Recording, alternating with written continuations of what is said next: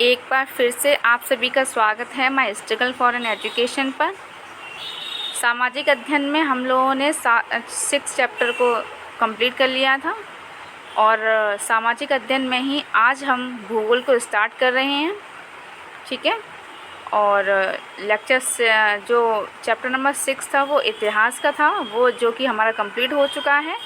आज से हम लोग सामाजिक अध्ययन के लेक्चर 7 में भूगोल को प्रारंभ करने जा रहे हैं। चलिए तो स्टार्ट करते हैं।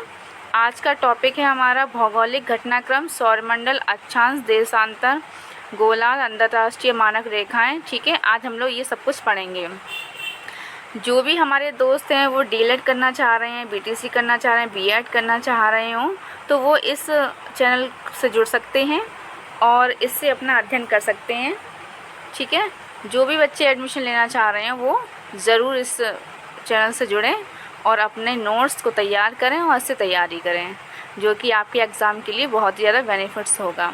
अगर आपने अपने दोस्तों को ये क्लास शेयर नहीं किया है तो प्लीज़ क्लास को शेयर करिए, और अगर आपको वीडियो अच्छे लगते हों तो प्लीज़ इसको लाइक, शेयर एंड, और कोई भी समस्या हो तो प्लीज़ कमेंट बॉक्स में ज़रूर लिखिएगा। चलिए स्टार्ट करते हैं। हमारा पहला अध्याय इसमें है भौगोलिक घटनाक्रम, और जिसमें पहला देखते हैं हम लोग सौरमंडल।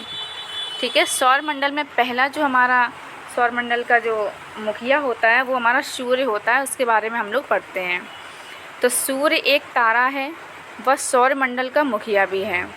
सूर्य में ऊष्मा व ऊर्जा का स्रोत नाभिकीय संलयन की क्रिया द्वारा होता है। अच्छा, ये जो नाभिकीय संलयन की क्रिया है इसमें क्या क्या मिलके बना होता है, तो हाइड्रोजन प्लस हाइड्रोजन बराबर हीलियम। ठीक है, हमारे सौरमंडल में 8 ग्रह होते हैं। कौन कौन से होते हैं? बुध, शुक्र, पृथ्वी, बृहस्पति, अरुण, वरुण। बुध, शुक्र, पृथ्वी, मंगल, बृहस्पति, शनि, अरुण, वरुण। ठीक है, नोट करके लिख लीजिए आप लोग। भूगोल का पिता हिकेटियस को कहा जाता है। जैसे इतिहास के पिता को क्या कहा जाता है, कमेंट बॉक्स में लिखिए ज़रा। भूगोल के पिता हिकेटियस को कहा जाता है। मानचित्र कला का प्रयोग सर्वप्रथम टॉलमी ने किया था। ब्रह्मांड उत्पत्ति का बिग बैंग सिद्धांत जॉर्ज लेमेंटियन ने दिया था।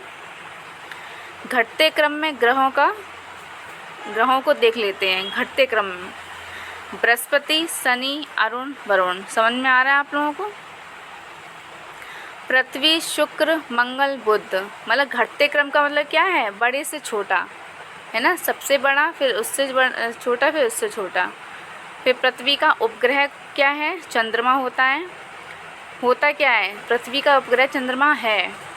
पृथ्वी के सबसे निकटतम जो तारा है वो है शुक्र, और सबसे चमकीला ग्रह है वो भी शुक्र है। रात्रि में लाल दिखने वाले ग्रह को मंगल कहते हैं, और नीला ग्रह हमारी पृथ्वी है। सौंदर्य का देवता किसे कहते हैं? तो शुक्र ग्रह को कहते हैं।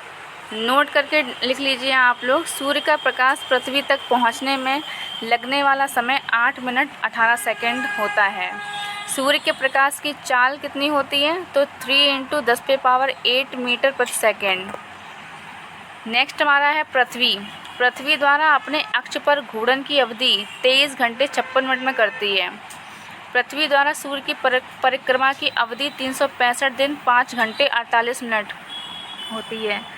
पृथ्वी जब सूर्य से सबसे नज़दीक होती है तो उस क्रिया को अपसौर कहते हैं, जो 3 जनवरी को होती है। पृथ्वी जब सूर्य से सबसे दूर होती है तो इस क्रिया को अपसौर कहते हैं, जो 4 जुलाई को होती है। नोट करके आप लोग लिख सकते हैं कि सबसे अधिक जो उपग्रह हैं वो शनि के हैं। कितने हैं? 82। सबसे कम उपग्रह हमारी पृथ्वी का है, चंद्रमा 1। अब नेक्स्ट देखते हैं गोलार्ध। तो गोलार्ध क्या है?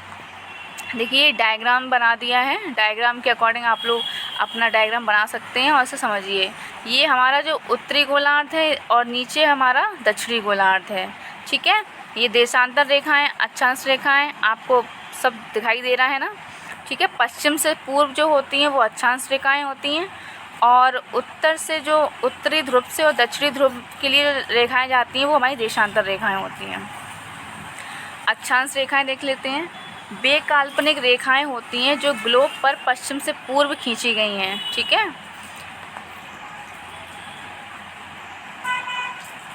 अच्छा, इसमें कुछ महत्वपूर्ण पॉइंट्स हैं, वो आप लोग देख लीजिए।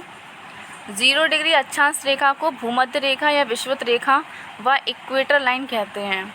नंबर दूसरा पॉइंट, यह पृथ्वी को 2 भागों में बांटती है, उत्तरी गोलार्ध और दक्षिणी गोलार्ध में। तीसरा पॉइंट, अक्षांश रेखाओं की कुल संख्या 181 होती है। ठीक है, अक्षांश रेखाओं के बीच की दूरी समानांतर होती है।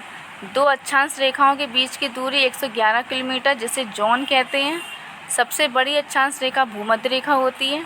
वास्तविकता में देखा जाए तो अक्षांश रेखाएं ना होकर वृत्त होते हैं। ठीक है, अच्छा, अक्षांशीय, इसलिए अक्षांशीय वृत्त का क्या होता है, कितनी होती है, तो 81 - 2 = 179।